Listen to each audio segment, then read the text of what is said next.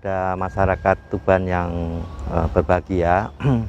Saya selaku Direktur Rumah Sakit RSUD R. Kusma Tuban, dan juga saya mempunyai pengalaman di dalam menangani daripada pasien COVID, baik itu pasien pribadi, pasien yang ada di rumah sakit, maupun keluarga saya sendiri. Jadi yang pertama yang harus kami jelaskan bahwa COVID-19 ini adalah bukan penyakit aib, bukan penyakit kutukan, tetapi memang coronavirus ini ada, dan barangnya itu ada, cara penularannya sudah diketahui, cara pencegahan sudah diketahui, juga pengobatan sekarang ini adalah sudah juga diketahui. Sehingga masyarakat saya sampaikan bahwa sekali lagi virus corona ini benar adanya, bukan penyakit aib atau bukan penyakit kutukan, dan bisa menyerang siapapun, masyarakat umum, para pejabat, tokoh agama, ulama, cendekiawan, semuanya terkena. Karena itu saya akan menyampaikan beberapa pengalaman untuk penyakit corona ini. Yang penting diketahui bersama, kita harus bisa mengenal secara dini tanda-tanda daripada kalau kita terinfeksi virus corona. Saya ambil contoh, ini adalah virus corona. Barangnya kalau dibesarkan seperti ini, ada semacam paku-paku yang ada di dalamnya. Virus corona ini adalah pintu masuk utamanya adalah melalui hidung, melalui mulut. Tidak ada jalan yang lain, paling utama. Sehingga perlindungan kita adalah bagaimana melindungi hidung kita dan mulut kita dari kemasukan daripada virus corona.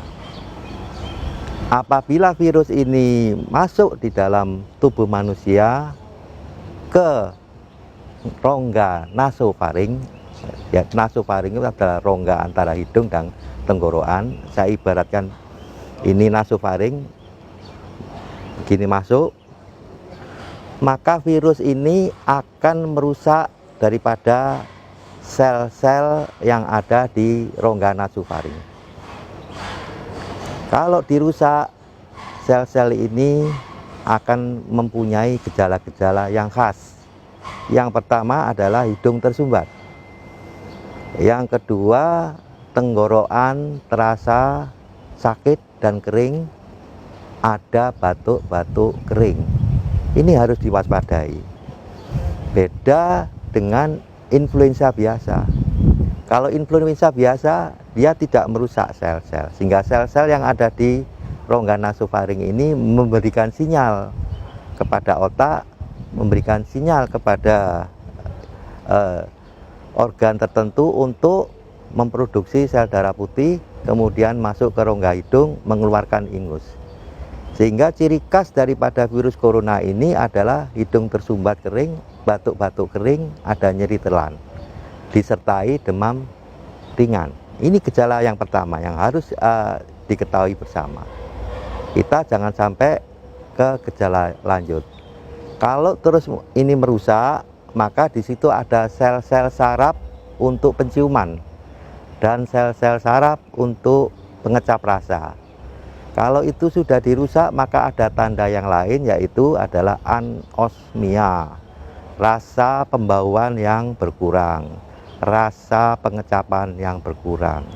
Maka saya sampaikan pada masyarakat, kalau ada tanda-tanda jenengan punya gejala-gejala hidung tersumbat, kemudian ada batuk-batuk kering, ada nyeri tenggorokan, bisa juga sekarang ada tanda-tanda anosmia, rasa pengecapan turun, ditambah lagi gejala-gejala yang lain adalah demam ringan, kemudian ada rasa pegal-pegal. Tapi yang utama itu adalah hidung tersumbat, batuk-batuk kering, nyeri telan, ada anospia. Ini harus waspada bahwa jenengan terkena infeksi virus corona dalam tahap ringan. Maka ini harus diantisipasi dan harus dicegah supaya yang terinfeksi ini segera sembuh, kemudian tidak menular kepada orang lain, terutama keluarga dan lingkungan. Ini gejala awal. Gejala selanjutnya, kalau ini tidak ditangani, maka virus ini akan terus melakukan replikasi, kemudian dia akan masuk ke dalam paru-paru, merusak daripada sel-sel paru. Maka di situ akan ada tanda-tanda bagaimana terjadi keradangan paru-paru. Tanda-tanda itu adalah salah satunya adalah sesak napas. Kemudian batuk-batuknya lebih sering. Nyeri tenggorokan juga terus ada, ditambah nanti ada tanda-tanda yang lain adalah gejala misalkan lesu, lemah, kepala pusing dan sebagainya.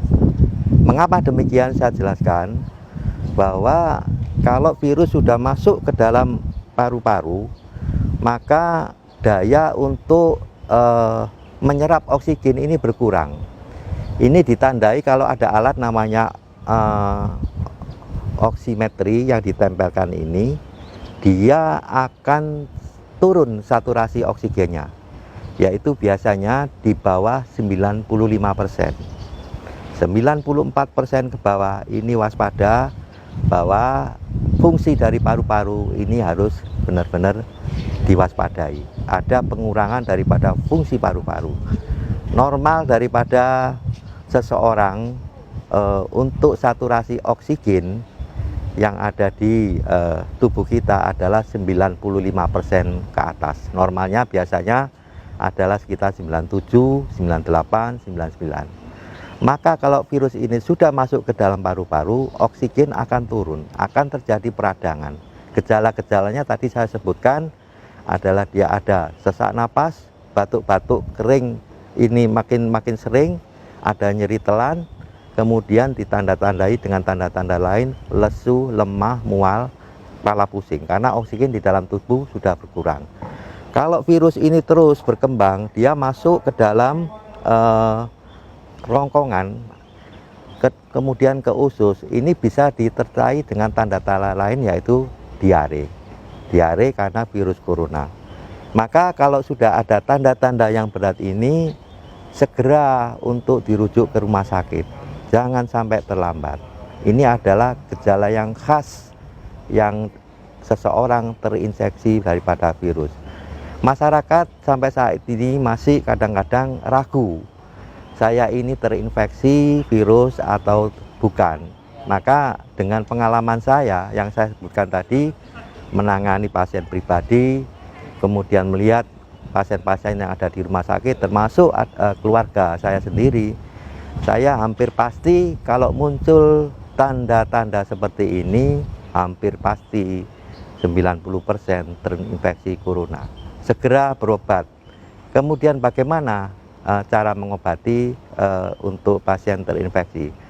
Kita bisa mengobati diri sendiri apabila kita masih terinfeksi oleh virus corona dengan gejala-gejala yang ringan atau gejala sedang yang saya tadi sebutkan, yaitu adalah pertama hidung tersumbat, kemudian ada nyeri telan, kemudian ada batuk-batuk ringan, ada demam ringan.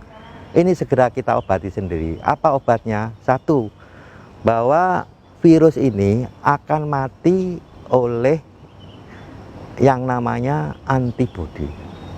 Antibodi ini adalah zat yang dikeluarkan oleh tubuh kita sendiri untuk melawan daripada virus. Bagaimana antibodi ini bisa terbentuk dengan optimal? Apabila yang bersangkutan ini tidak stres. Kalau stres, maka produksi daripada antibodinya tidak optimal. Kita enjoy saja, kalau terkena virus, kita senang saja, percaya diri dan semangat. Ini salah satu adalah untuk meningkatkan antibodi secara optimal. Bapak Ibu sekalian, selanjutnya bagaimana? Untuk yang kedua, antibodi ini meningkat kalau kita nanti juga mengkonsumsi makanan yang bergizi dan vitamin, utamanya adalah vitamin C. Vitamin C ini adalah vitamin yang sifatnya basah dan ini bisa untuk meningkatkan daripada antibodi tubuh manusia. Konsumsi teratur vitamin C sehari, makan teratur, dipaksa kalau tidak mau makan dipaksa untuk makan. Ini yang kedua. Yang ketiga, olahraga. Wajib ini olahraga, terutama di pagi hari dengan sinar matahari, olahraga ringan, senam ringan, jalan-jalan. Ini salah satu adalah untuk menguatkan daripada antibodi. Mandi air hangat. Mandi air hangat ini cukup penting untuk menyegarkan tubuh. Nah, kalau itu nanti bagaimana? Ini tanda-tanda daripada kalau virus ini menghilang. Kalau kita terinfeksi awal, kemudian kita melakukan itu pengobatan seperti itu, maka nanti 7 hari kita sudah merasakan bahwa kita sudah mulai bugar. Ada lagi satu daripada obat untuk membunuh virus yang mungkin Bapak Ibu sekalian ini adalah murah, kemudian bisa didapat di mana saja, dan ini bisa dipraktekkan untuk pengobatan, yaitu minyak kayu putih. Minyak kayu putih. Jadi virus ini mati kalau di kita dia terkena sabun, dia terkena alkohol, dia terkena perhidrol, dia terkena betadin, dia terkena minyak kayu putih. Sehingga apabila virus ini masuk di dalam tubuh manusia, kemudian ke tenggorokan, selain obat yang saya sebutkan tadi, maka untuk perlindungan masker ini pertahanan pertama. Kalau masker ini masih tembus, mohon maaf, masker ini hanya bisa menyaring 80% dan harus diganti minimal 6 jam. Jangan lebih, kalau lebih 6 jam ini virus mudah menerobos. Sehingga masker ini harus tiap 6 jam diganti. Kalau pakai masker seperti ini 20% virus masih bisa masuk ke tenggorokan, maka alternatif kedua untuk mematikan virus yang ada di tenggorokan atau rongga nasofaring, kita tetesi masker ini 5 tetes tiap 5 jam minyak kayu putih. Kemudian kita hirup, maka daripada udara yang ada minyak kayu putihnya terhidup ini masuk ke rongga nasofaring, di situ dia akan membunuh. Apakah itu cukup? Belum. Kita menyediakan setiap hari 3 gelas ukuran kecil, beri air hangat, beri 9 tetes minyak kayu putih, kemudian diminum. Tetapi minumnya adalah tidak langsung diminum, dilakukan untuk kumur-kumur. Tujuannya adalah apa? Untuk membersihkan virus yang ada di tenggorokan. Kemudian ditelan sedikit-sedikit sampai habis. Lakukan minum sehari 3 gelas kecil air hangat 9 tetes pagi, siang, dan sore. Insya Allah dengan obat-obat ini jenengan bisa terhindar daripada infeksi virus dengan gejala berat. Dan juga kalau sudah ada tanda-tanda yang seperti ini, mohon nanti kalau di rumah, kalau isolasi mandiri, tetap memakai masker. Jangan sampai dilepas masker. Kelemahan kita memakai masker adalah di rumah dilepas, kemudian kita berbicara satu sama lain dengan bergerombol dilepas, makan bersama dengan kontak erat, jarak satu sama yang lain tidak sangat minimal di bawah 2 meter dilepas. Ini bisa masuk. Itu saya ingatkan, kalau ada tanda-tanda seperti itu di rumah isolasi mandiri, kemudian pakai masker, keluarganya juga pakai masker ya. Kalau sudah biasa masker tidak akan ada rasa sesak sama sekali, kecuali tidur. dan harus terpisah daripada keluarga yang lain, terpisah kamarnya, terpisah untuk alat-alat daripada makan, terpisah daripada untuk tempat mandi, terpisah daripada untuk tempat istirahat. Jadi itu yang dilakukan kalau itu ada dengan terkena gejala infeksi virus ringan. Kalau sudah berat harus dirujuk di rumah sakit. Jadi intinya saya tekankan lagi, untuk pencegahan daripada terkena virus, satu, kita harus tertib protokol kesehatan 3M ya. Masker, kemudian mencuci tangan dan menjaga jarak. Masker ini jangan hanya sekedar masker. Masker ini setiap 6 jam harus dilepas. Masker ini masih tembus 20%, masih tembus virus. Maka harus dijaga, ditetesi minyak kayu putih setiap 5 jam. Kemudian yang kedua tadi menjaga jarak, dan jangan lupa selalu cuci tangan pakai sabun.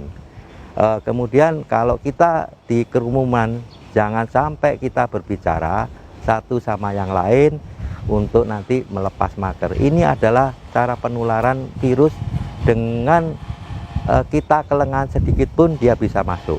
Contohnya sudah banyak, sehingga kita harus benar-benar disiplin di dalam protokol kesehatan.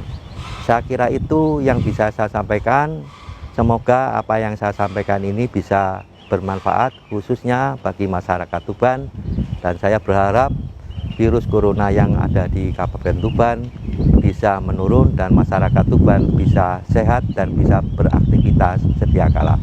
Sekian, terima kasih. Assalamualaikum warahmatullahi wabarakatuh.